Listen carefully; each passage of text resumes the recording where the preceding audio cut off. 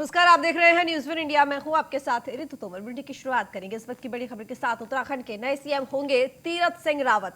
राजभवन में सरकार बनाने का दावा पेश किया गया। आज शाम 4 बजे शपथ ग्रहण समारोह होगा। आज ही सीएम पद की शपथ लेंगे तीरथ सिंह रावत। राज्यपाल बेबी रानी मौर्य शपथ दिलाएंगी। तो आज शाम को ही 4 बजे शपथ ग्रहण समारोह किया जाएगा। राजभवन में सरकार बनाने का दावा पेश किया गया। उत्तराखंड के नए मुख्यमंत्री होंगे तीरथ सिंह रावत और आज शाम 4 बजे ही शपथ ग्रहण समारोह का आयोजन भी होगा। तो आपको बता दें कि राजभवन में सरकार बनाने का दावा पेश कर दिया गया है। आज ही सीएम पद की शपथ लेंगे तीरथ सिंह रावत। राज्यपाल बेबी रानी मौर्य दिलाएंगी शपथ।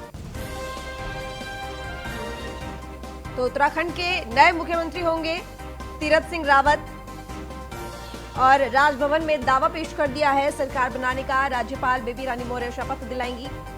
हालांकि पहले ये कहा जा रहा था कि शपथ समारोह कल हो सकता है, लेकिन जैसे ही नाम का ऐलान हुआ उसके बाद ही तुरंत ये भी खबर सामने आई कि शपथ ग्रहण समारोह आज ही होगा। हालांकि कहा जा रहा है फिलहाल कि काफी सादगी के साथ ये शपथ ग्रहण समारोह किया जाएगा और आपको बता दें कि राज्यपाल बेबी रानी मौर्य शपथ दिलाएंगी।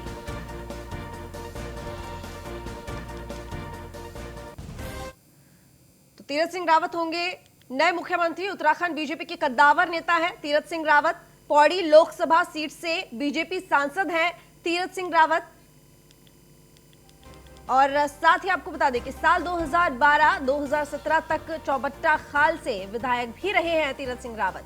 साल 2000 में उत्तराखंड के शिक्षा मंत्री भी बने तीरथ सिंह रावत। तो यानी कि कई भूमिकाएं उन्होंने निभाई हैं और हिमाचल प्रदेश में बीजेपी के प्रभारी भी रह चुके हैं। इसके साथ ही साल 2007 में उत्तराखंड बीजेपी के महामंत्री भी बने तीरथ सिंह रावत और अयोध्या जन्मभूमि आंदोलन में सक्रिय रहकर भी भूमिका निभाई थी तीरथ सिंह रावत ने। तो 2013 से 2015 तक उत्तराखंड बीजेपी के अध्यक्ष भी थे और उत्तराखंड बीजेपी की कद्दावर नेता है तीरथ सिंह रावत। तो कई भूमिकाएं निभाई हैं तीरथ सिंह रावत ने। अगर कहा जाए उनके सियासी सफर को लेकर तो काफी नजदीकी माने जाते हैं ये केंद्र नेतृत्व के और इसके साथ ही आरएसएस में भी रहे हैं, उनके संपर्क में भी रहे हैं। छात्र के तौर पर उन्होंने राजनीति में शुरुआत की थी।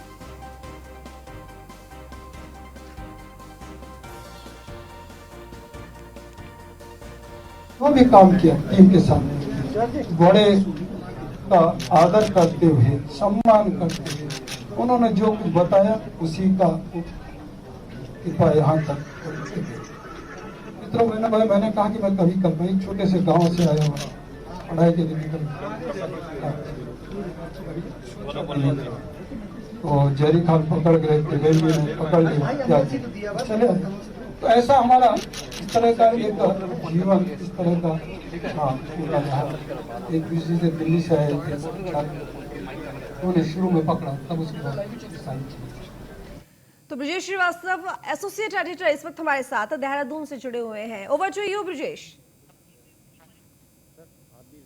बिल्कुल, आखिरकार देहरादून में अब बीजेपी की तरफ से मुख्यमंत्री का जो है कौन चेहरा होगा वो ऐलान कर दिया गया है और अब नई सरकार के नए मुखिया होंगे तीरथ सिंह रावत। सबसे बड़ी बात यह है, अप्रत्याशित नाम के तौर पर तीरथ सिंह रावत का नाम सामने आया है। 4 बजे आज राजभवन में शपथ लेंगे। अभी इस वक्त जो है तीरथ सिंह रावत राजभवन पहुंचे हुए हैं अपना दावा पेश करने के लिए और वो तमाम चेहरे, कल भी एक तस्वीर सामने आई थी जिसमें त्रिवेंद्र सिंह रावत यानी टीएसआर अपना इस्तीफा देने के लिए राजभवन पहुंचे थे और आज भी टीएसआर थे, लेकिन आज टीएसआर के साथ टीएसआर आज पहुंचे हैं। त्रिवेंद्र सिंह रावत कल भी साथ थे और आज भी साथ दिखाई दे रहे हैं जब वो अपना दावा पेश करने गए हैं तीरथ सिंह रावत। तो कुल मिलाकर के जो तस्वीर है वो अपने आप में बेहद ही अलग है और सबसे बड़ी बात यह है कि क्या ये तस्वीर 2022 के लिए चुनौती दे पाएगी या नहीं। हमारे साथ इस वक्त कांग्रेस और आम आदमी पार्टी से प्रवक्ता दोनों मौजूद हैं। कांग्रेस से गर्मा सोनी जी हैं और संजय सेठ जी हैं आम आदमी पार्टी के प्रवक्ता। गर्मा जी, सबसे पहले 2022 के लिए बीजेपी का दावा कितना मजबूत, नई चेहरा नई चुनौती? देखिए, अब भाजपा चाहे तीरथ सिंह रावत जी को ले आए, चाहे शीर्षासन कर ले या साष्टांग लेट जाए, उत्तराखंड की जनता ने ये तय कर लिया है कि जो 4 साल के आपके घाव और छाले जो आपने उनके दिलों में, उनके मन में दिए हैं, उनको भरने के लिए अब किसी का भी चेहरा नाकाफी होगा। मैं कहना चाहती हूँ आपसे, जिस तरह से यहाँ लगातार मातृशक्ति का अपमान भाजपा के लोगों के द्वारा सत्तासीन होने के बाद किया गया, आखिर कसूर क्या था उत्तराखंड की भोली भाली जनता का? परेशान आकर, आजिज आकर उसने प्रचंड बहुमत की गवर्नमेंट आपको दी, भूतो न भविष्यति 57 का प्रचंड बहुमत, डबल इंजन की सरकार। इससे सही समय कब होता उत्तराखंड की शक्लो सूरत बदल देने का? आखिर इससे सही समय या मुफीद वक्त कब होता कि आप उत्तराखंड तकदीर बदल देते, यहाँ की युवा की तकदीर बदल देते? लेकिन आपने कुछ नहीं बदला। आपने बदला तो मुख्यमंत्री का चेहरा, वो परिवर्तन आपको यहाँ की आर्थिकी में, वो परिवर्तन यहाँ की विकास दर में, वो परिवर्तन तो बताइए ना, चेहरा तो आप लोग की सरकारों ने भी बदला ना। अगर नारायण दत्त तिवारी को छोड़ दिया जाए तो बाकी कोई मुख्यमंत्री कार्यकाल पूरा नहीं कर पाया। चेहरा बीजेपी बदल रही, आप भी बदल रही है। हर बार पुरानी बोतल पे नई पुरानी शराब और नया आप कलेवर लेके आ रहे हैं। मुझे ये शिकायत मीडिया से भी है और अपने प्रबुद्ध जो विपक्षी दल हैं उनसे भी है कि जरा आकलन तो करिए। 10 साल कांग्रेस का कार्यकाल रहा, 10 साल भाजपा का रहा, 10वें मुख्यमंत्री आज शपथ ग्रहण करेंगे। इसमें से 3 मुख्यमंत्री दिए हैं कांग्रेस ने। कहां आप लोग बराबरी का आकलन कह रहे हैं इसको? नहीं, मेरा मतलब ये कि चेहरा तो बदल रहा है ना। यहाँ उत्तराखंड में आज तक सियासत 2000 के बाद अगर 21 साल में 10 मुख्यमंत्री व 9 मुख्यमंत्री बदल गए तो ये तो सवाल तो है ना कि जनता को तो ठगा ना आप सब लोगों ने मिलकर। देखिए, मैं यही आपसे कहना चाहती हूँ कि जब कार्यकाल बराबर हमारा रहा है, 10 साल भाजपा और 10 साल कांग्रेस ने यहाँ पर सत्ता संभाली और हमने मात्र 3 मुख्यमंत्री दिए, आपदा में घोटाले विजय बहुगुणा जी ने कर दिए थे, तो क्या मतलब था आपको उनको बदलना नहीं चाहिए था क्या? पंडित नारायण दत्त तिवारी जी का जो सुनहरा कार्यकाल यहाँ पर रहा, उस समय जो विकास उत्तराखंड ने किया, और माननीय हरीश रावत जी के कार्यकाल के समय पर जो उत्तराखंडियत की बात पहली बार निकल कर आई, गैरसैंण की बात, भराड़ी सैन की बात पहली बार यहाँ पर निकल के आई, आज लोग हमारे कार्यकाल को खून के आंसू गिराकर याद कर रहे हैं और वापस कांग्रेस की पुनर्स्थापना यहाँ पर प्रदेश में करने के लिए लालायित हैं। वो व्याकुल हैं कि कब 2022 आए। और वो आपके इन आरोपों का जवाब बीजेपी के प्रवक्ता नवीन जी से भी ले लेते हैं। नवीन जी कह रही हैं कि आप लोग चेहरा बदल रहे हैं खाली, लेकिन हालात नहीं बदलेंगे।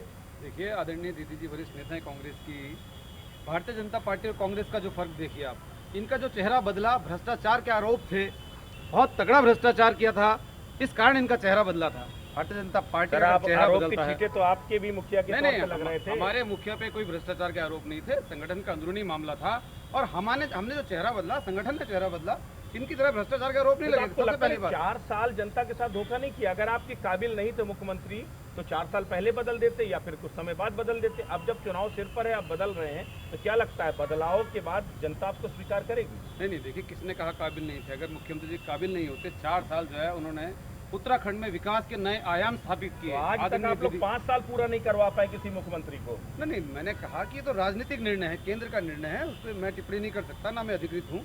लेकिन 4 साल मुख्यमंत्री जी ने विकास की जो बयान उत्तराखंड में जब जवाबदेही की बात आती है तो आप लोग टिप्पणी नहीं कर सकते जो है। नहीं, देखिए, ऐसा है, हम प्रदेश का यहाँ पे जो हमारे पास दायरा है, हम प्रदेश की बात कर सकते हैं। ये केंद्रीय नेतृत्व का निर्णय था, उस पर मैं नहीं जा सकता। लेकिन संजय जी भी आम आदमी पार्टी नए दावेदारी कर रहे हैं आप लोग। जनता ने बीजेपी को भी देख लिया, कांग्रेस को भी देख लिया, अब आम आदमी पार्टी दावेदारी कर रही है। आपको क्या लगता है चेहरा बदलने के बाद बीजेपी कुछ मजबूती के साथ आपके साथ आ पाएगी और आप कितनी टक्कर दे पाओगे? देखिए, पहली बात तो ये है कि उत्तराखंड का जनमानस पिछले कई वर्षों से कटकटी लगाए देख रहा है कि कुछ ना कुछ विकल्प उसको मिलता, और आज विकल्प के तौर पर आम आदमी पार्टी खड़ी हुई है। आम आदमी पार्टी ने लगातार शुरू से कहा है कि 0 वर्क सीएम है, 0 वर्क सीएम है, 0 वर्क सीएम है। हमारे उप मुख्यमंत्री मनीष सिसोदिया जी भी यही आके बोल कर गए 0 वर्क सीएम है। उसके बाद नेशनल चैनलों ने भी जो सर्वे कराए उसमें भी 0 वर्क सीएम निकले, और आज भारतीय जनता पार्टी का आला कमान ने भी कह दिया कि 0 वर्क सीएम है, तभी तो हटा दिया।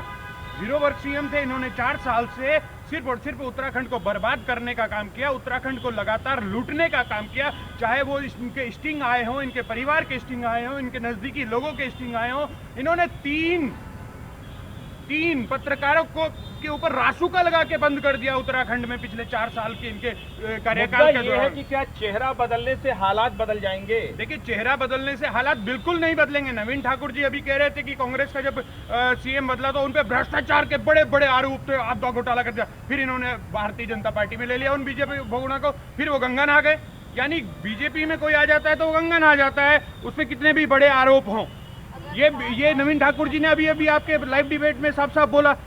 तो ये चेहरा मोहरा बदलने से कुछ नहीं होता। जब निशंक जी लूट रहे थे, स्टडिया कर रहे थे और कुंभ घोटाला कर रहे थे, दूसरे घोटाले कर रहे थे, तो चेहरा बदल दिया, खंडूरी जी को ले आए, क्या हुआ? हार गए। यही का हाल अब होगा। इन्होंने चेहरा जरूर बदल दिया है, लेकिन चेहरा बदलने से क्या वो पाप धुल जाएंगे जो उत्तरापंत बहुगुणा के साथ किया? क्या वो पाप धुल जाएंगे जो गैरसैंण में महिलाओं के साथ लाठीचार्ज करके किया? क्या वो सारे पाप धुल जाएंगे जो हमारे युवाओं बेरोजगारों के साथ किया?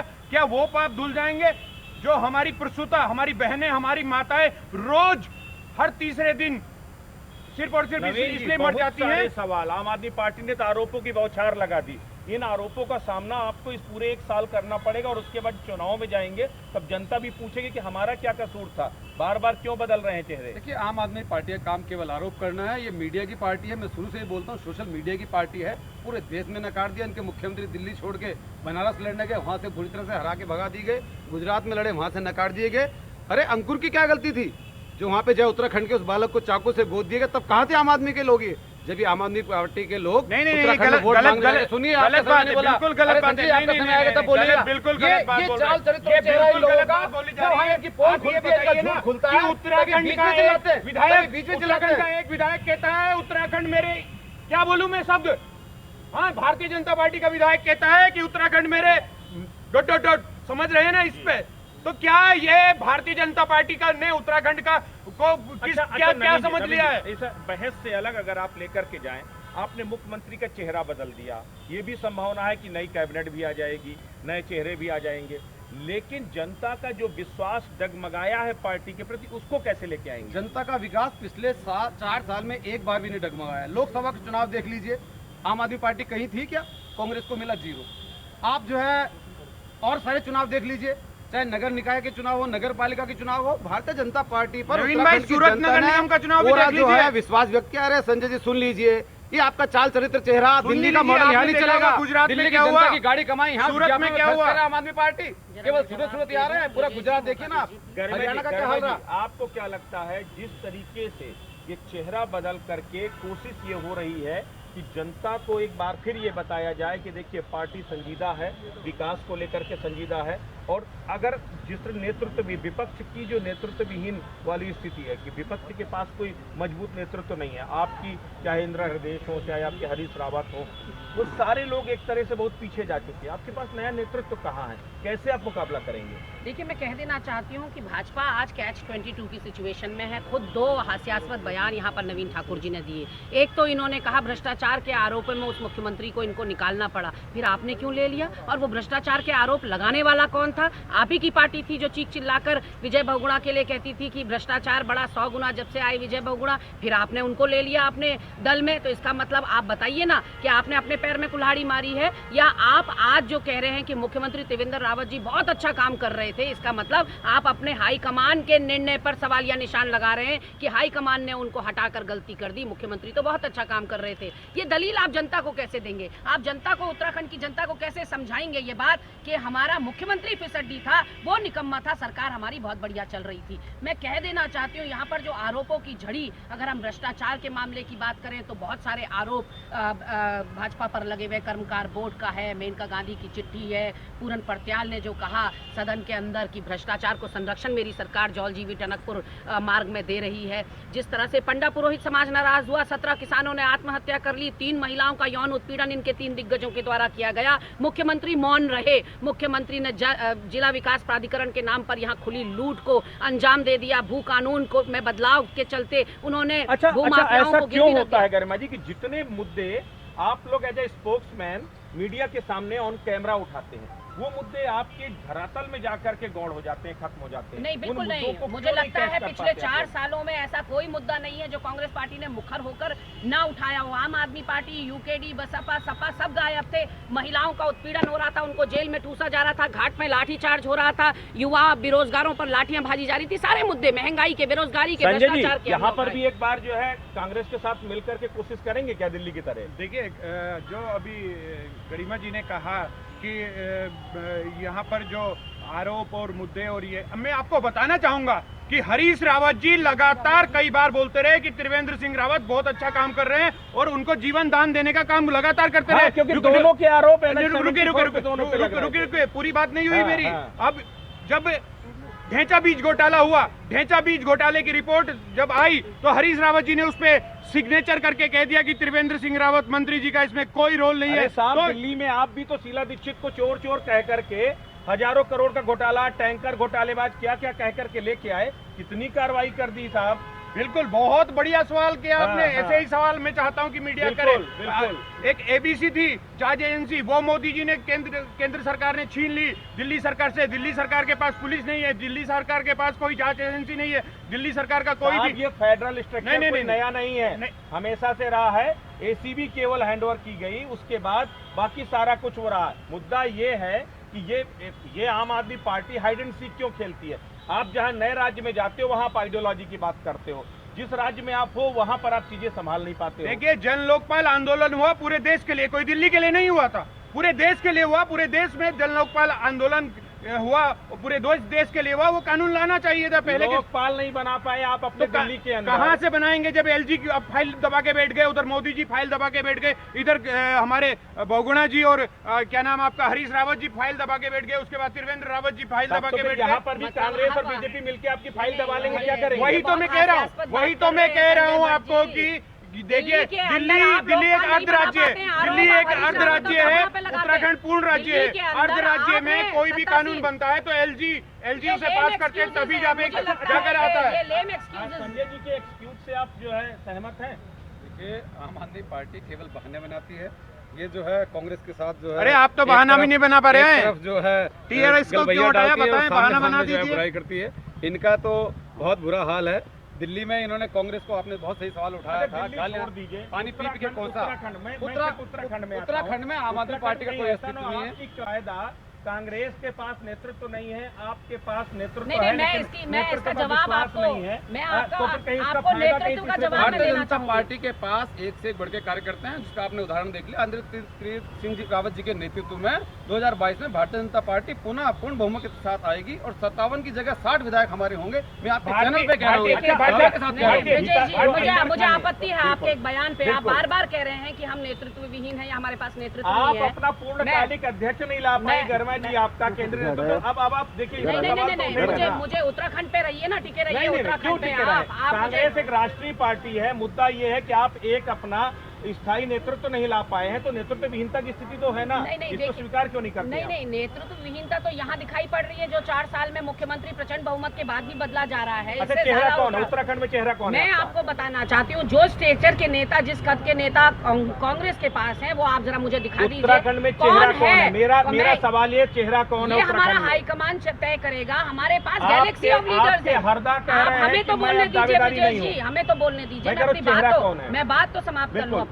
चेहरा हमारा हाईकमान डिसाइड करता है। उस समय के समीकरण, उस समय की चुनावी रणनीति को देखते हुए हम चेहरा डिसाइड करते हैं, या हम सामूहिक नेतृत्व में जाएंगे। ये हमारा हाईकमान बार बार कह रहा है, इस बात को हमारे प्रभारी जी कह रहे हैं।